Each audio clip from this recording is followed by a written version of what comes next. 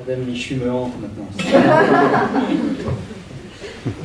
Alors, on n'a pas trop entendu pour l'instant dans les extraits qui ont été choisis, probablement parce qu'ils ont aussi été choisis pour être relativement accessibles, tout le reste du livre l'est, mais il y a dans votre livre quelque chose qui m'intéresse un peu en tant que Madame Michu, c'est le vocabulaire.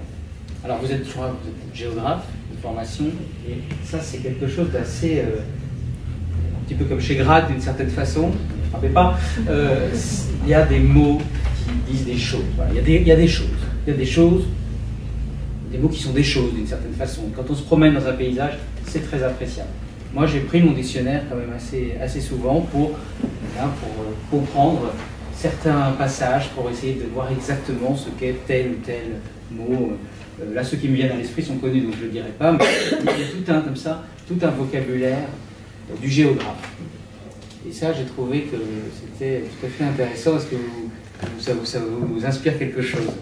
Oui, le vocabulaire.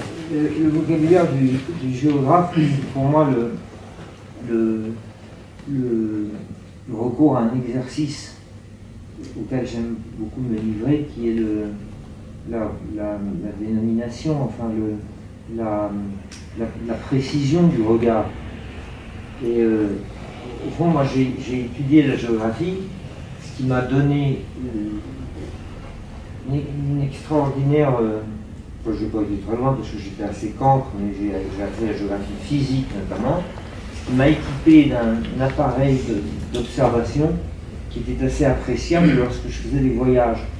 Parce que le géographe, et notamment le géologue, et le géomorphologue, celui qui étudie les formes du relief, trouve toujours un objet de sa passion. Le type qui étudie les granites, toute sa vie, il en contemplera, les granites resteront là, il aura toujours un objet d'étude. Alors que le spécialiste des choses éphémères ou à peine saisissable, lui, est toujours un frustré. Le type qui étudie le tigre du Bengale, il en verra peut-être un ou deux dans sa vie, et il sera toujours beaucoup plus démoralisé par sa course poursuite que le spécialiste des calcaires. Alors on peut dire aussi, on peut dire l'inverse, d'ailleurs, on peut dire que le fait de saisir tout à coup par la grâce d'un hasard quelque chose auprès lequel on a beaucoup couru, et de courir après Moby Dick, ça a quelque chose de plus intéressant que de contempler toujours quelque chose d'inerte. Moi, j'ai jamais pensé à cela. J'ai toujours pensé que les pierres avaient une forme de mémoire. Enfin, c'est d'ailleurs vrai. Elles ont la mémoire des grandes créations qui nous échappent totalement et qui remontent à des temporalités abstraites que nous ne pouvons même pas imaginer. Et j'ai toujours eu un grand goût à mettre des noms sur les formes du relief ou les stratifications calcaires par exemple, ou les vallonnements, ou les éruptions de roches cristallines et magmatiques dans une couverture de relief.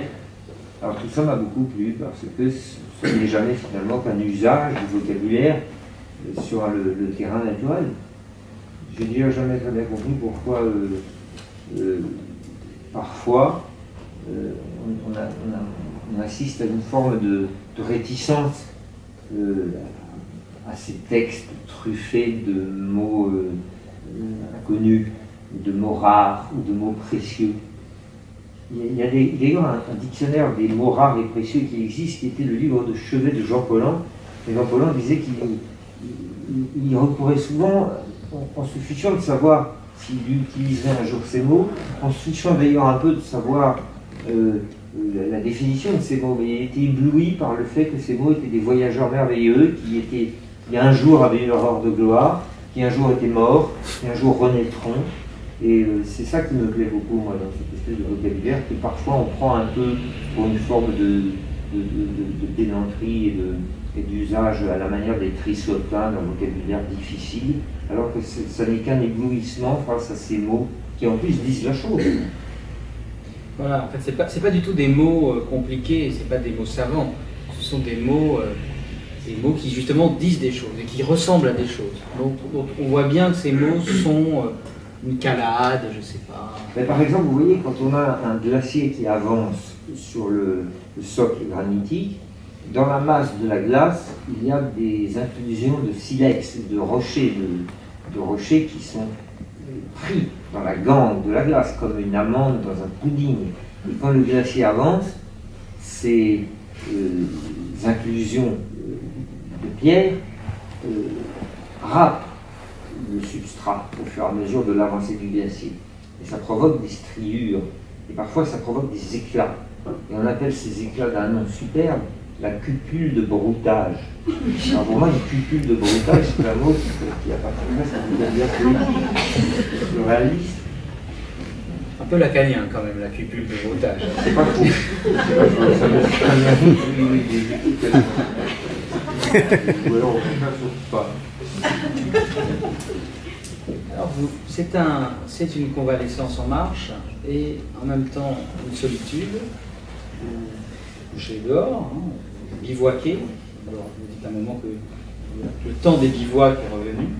Mais en même temps, et c'est un aspect émouvant d'ailleurs du livre, vous avez des amis, ou même votre sœur, qui vous rejoignent pour faire des tronçons du périple avec vous.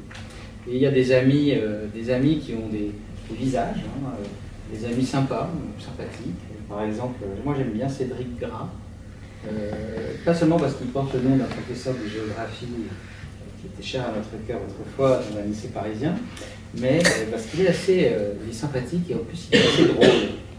Alors notamment il a une habitude amusante qui est de, je vais encore vous lire un dialogue, désolé, qui est d'utiliser l'ironie comme arme suprême pour désarmer les imbéciles. Voilà. Vous devriez avoir alors ils croisent des chasseurs qui leur font la morale. Vous devriez avoir des tenues fluo pour éviter les accidents, nous dit le premier d'entre eux. En somme, on nous réprimandait, ce qui agaça Gras. Messieurs, dit-il, selon une habitude contractée en Russie, d'user d'une langue châtiée devant les abrutis, nous sommes confus de vous contraindre à exercer votre sens de l'observation. Ironique, dit le type. Pas d'autres armes, dit Gras. Un jour où nous naviguions sur la rivière Bikin, au nord de Vladivostok, je l'avais entendu lancer à des Russes qui s'insultaient à grand renfort de putain de bite de mes couilles, cupule de broutage. Messieurs, je vous prie de cesser de jurer. Ce qui avait davantage estomaqué les types qu'un coup de knout en travers de la gueule. Ça, c'est vos amis. Alors, est-ce que vous pouvez nous raconter un peu comment ces relais amicaux vous ont accompagné et comment vous avez oscillé ou comment vous avez trouvé votre chemin entre la solitude et l'amitié? D'abord, j'aime beaucoup le principe général de toute forme d'oscillation. Et j'aime de temps en temps interrompre ma solitude dans le voyage par la convocation de certains camarades. J'aime bien l'idée de la bande qui se déplace. Je vais faire moto, en canot, en marche à pied, à cheval. J'aime bien cette idée-là de l'escouade, la petite escouade, le petit escadron, quelque chose qui me plaît beaucoup. Alors en plus ça, je peux tout vous avouer, je suis intéressé dans la mesure où là j'étais quand même dans un état de faiblesse. Je ne pouvais pas porter beaucoup de bagages, j'avais 3 kilos sur le dos, mes bivouacs étaient très inconfortables, je jetais un sac de douchage par terre et je dormais dedans. Quand mes camarades arrivaient, comme Cédric Gras par exemple, qui est très costaud, ou mon ami Arnaud Humann qui vit depuis des 20 ans au bord du lac Baïkal, ils arrivaient avec évidemment avec du matériel, et je gagnais quelques degrés dans l'échelle du confort et du luxe. Ils apportaient des tentes, de quoi faire griller des saucisses, je terminais mes nuits dans des palaces. Il m'avait semblé vraiment dormir de manière assez spartiate. Mais en même temps, c'était des périodes où je marchais de concert avec eux qui ne duraient pas très longtemps, parce que j'aime bien l'amitié, mais il ne faut quand même pas exagérer. Je pense qu'il y a un rapport proportionnel entre le degré, entre la valeur de l'amitié et puis le caractère très court de l'intervalle pendant lequel l'amitié s'exerce. En gros, quelques jours. J'aime bien d'ailleurs, si on essaie de trouver une illustration de comportement, enfin d'organisation humaine plus exactement, à l'amitié, ce serait une image qui nous renverrait à la cordée de montagne. En montagne, lorsque vous êtes avec un camarade de cordée, on appelle ça un compagnon de cordée, d'abord 50 mètres vous séparent, la distance de la corde. Vous êtes plié, mais vous êtes distant de l'autre. Et puis alors s'il y en a un qui tombe, il emporte l'autre dans sa chute. Donc vous avez quand même des raisons de faire attention à l'autre. Et à vous-même d'ailleurs. Et puis on grimpe sur la paroi, de temps en temps on se rejoint, on discute, un court moment, et puis on repart. Et ça crée finalement un solfège de l'amitié qui est très agréable et que je retrouvais un peu dans ces marches-là, puisque ces camarades-là venaient, nous marchions, nous étions parfois en silence, et puis nous avions des conversations autour du feu, qui était comme la ponctuation de la journée, et après nous repartions. Alors voilà, ça a été pour moi une grande importance d'interrompre parfois ces moments solitaires par l'invitation. C'était une forme d'invitation en fait de ses amis à m'accompagner sur les chemins. Je connaissais l'apologue de l'amitié par Schopenhauer. Il faut que les hommes se conduisent comme des porcs épiques parce que ils peuvent, quand ils sont séparés, ils ont froid. Donc ils se rapprochent les uns des autres, mais comme ils ont des piquants, ils se piquent, et donc ils s'éloignent les uns des autres, puis ils se rapprochent, etc. C'est sans fin. Maintenant, j'ai l'apologue de la cordée qui est pas mal aussi. Il y en a un qui tombe, il veut s'accrocher. Il vaudrait mieux ne pas avoir été accroché. Mais il y a cette amitié, il y a la solitude quand même, il y a une solitude, en tout cas, bien sûr, une forme de déconnexion. Et il y a des moments émouvants, pour moi, que moi j'ai trouvé émouvants en particulier, c'est aussi les moments où vous voyez, où vous ne regardez pas votre reflet, le côté gueule cassée, c'est pas si effrayant, ça va, j'ai pas trop peur, mais vous voyez votre reflet, où vous ne le regardez pas, mais vous avez comme ça une sorte de conscience de vous-même dans le regard des autres, et notamment, moi, ça m'a assez frappé, le moment où une joggeuse opéra un demi-tour paniqué au moment où elle me vit. Je n'osais pas regarder mon reflet dans la rivière. Il y a aussi quand même dans cette convalescence peut-être la question difficile de se réhabituer à soi.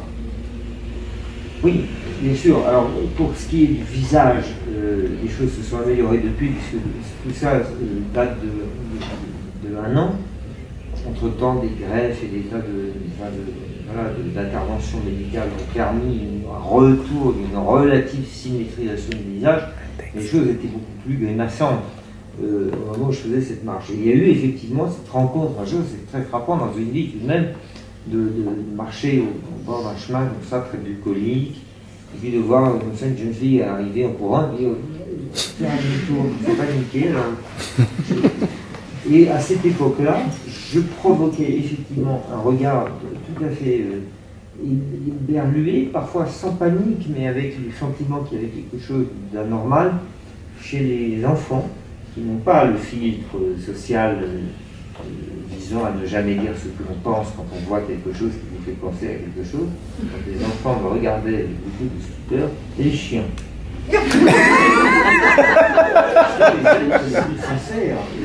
chiens sont des êtres qui disent les chiens aboient, les enfants disent qu'ils te laissent boulettes, vous êtes grosses boulettes, ils n'ont pas de filtre.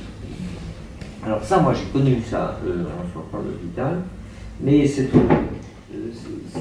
difficulté de vivre avec un autre soi-même, oui bien sûr, je l'ai connu, notamment physiquement, puisque cette marche, c'était ça aussi que j'avais moi pendant toute une époque cavalée, comme ça, sans aucune espèce de considération pour le ménagement de soi-même et du corps, et puis là tout à coup j'étais obligé de le faire avec quelqu'un qui n'était pas moi-même, que je n'étais pas habitué à ça, c'est-à-dire à l'idée que c'était des circonstances cette fois qui allaient déterminer mon rythme de vie et m'obliger peut-être à adapter la vitesse et l'intensité de l'existence.